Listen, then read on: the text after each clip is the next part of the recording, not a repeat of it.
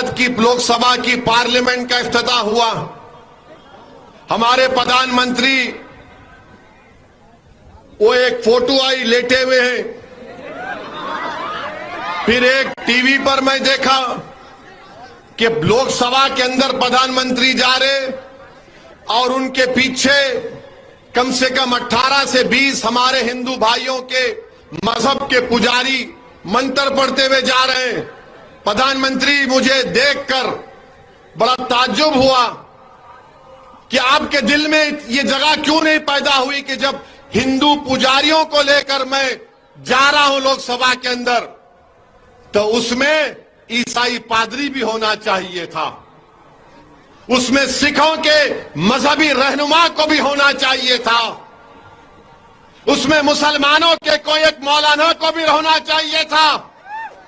अरे यही तो भारत की खूबसूरती है।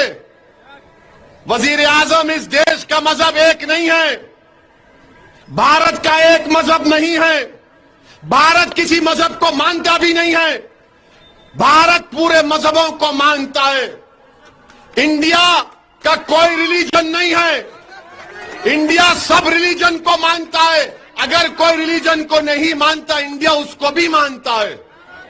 मगर अफसोस हुआ देश के प्रधानमंत्री, आप सिर्फ एक ही मजहब के लोगों को लेकर गए लोकसभा में। काश आपका दिल बड़ा होता तो उसमें ईसाई, सिख, मुसलमान और जैन लोग भी अंदर होते, बाहर हुआ। मगर लोग बोलते हैं, अब बोलेंगे नहीं बाहर नहीं हुआ, उस सूर्य रहमान का सूरा नहीं पढ़े। अरे भाई, अंदर भी पढ़ना था, अंदर भी पढ़ना था। यासीन वल कुरानिल हकीम, यह भी पढ़ना था अंदर। मगर प्रधानमंत्री सिर्फ अपने साथ इन्हीं लोगों को लेकर गए। वो लोकसभा का नया इफ्तिताह नहीं दिख रहा था, ऐसा दिख रहा था कि कोई दिल्ली के सुल्तान की ताजपोशी हो रही है। अफसोस हुआ।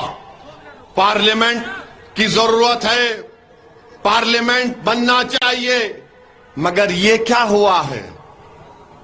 क्या ये भारत का सेकुलरिज्म है? क्या ये सत्यमेव जयते है?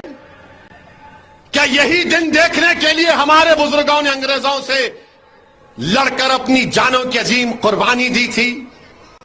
क्या इसीलिए हमारे बुजुर्गों ने काला पानी की सजा काटी थी? क्या इसीलिए जलियांवाला बाग में हमारे बुजुर्गों ने अपनी जानों को कुर्बान कर दिया अंग्रेजों की गुलामी से आजादी हासिल करने के लिए? क्या इसीलिए बहादुर शाह जफर के सामने उनके बेटों की कटे हुए सर को लाकर पेश किया गया था? क्या इसीलिए टीपू सुल्तान ने अपनी जान की कुर्बानी दे दी अंग्रेजों से गुलामी को आजाद कराने के लिए?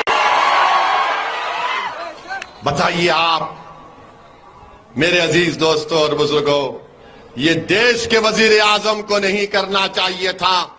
मिस्टर मोदी, आप हिंदुओं के भी प्राइम मिनिस्टर हैं, मुसलमानों के भी हैं, ईसाइयों के भी हैं, सिखों के लिए भी है, आदिवासियों के लिए आप सब 130 करोड़ जनता के वजीर आजम हैं। आप एक मजहब के नहीं हैं। तो लोग अब कल से बोलेंगे वैसी तेरा मजहब कौन सा है? अरे दीवाने, मैं प्राइम मिनिस्टर ऑफ इंडिया की बात कर रहा हूं, मैं प्रधानमंत्री की बात कर रहा हूं, मैं वजीर आजम हिंद की बात कर रहा हूं। मेरी बात तुम कब जब करोगे? जब कोई मैं ओहदे पर आऊंगा। मगर इंशाअल्लाह ताला जब तक अल्लाह मुझे जिंदा रखेगा, जब तक आपकी दुआएं, आपका साथ रहेगा, असदुद्दीन ओवैसी जहां ठहरा है वहीं ठहरेगा। मेरी अगर ये फकीरी है तो मुझे अपनी फकीरी पर नाज है। अल्लाह ने मेरी फकीरी में शाही दी है। जो मुकाम अल्लाह ने मंजलिस के लोगों को दिया है, वो किसी बड़े बड़े जमात के कायदीन को अल्लाह ने नहीं दिया है। ये अल्लाह का बहुत बड़ा करम और फजल है।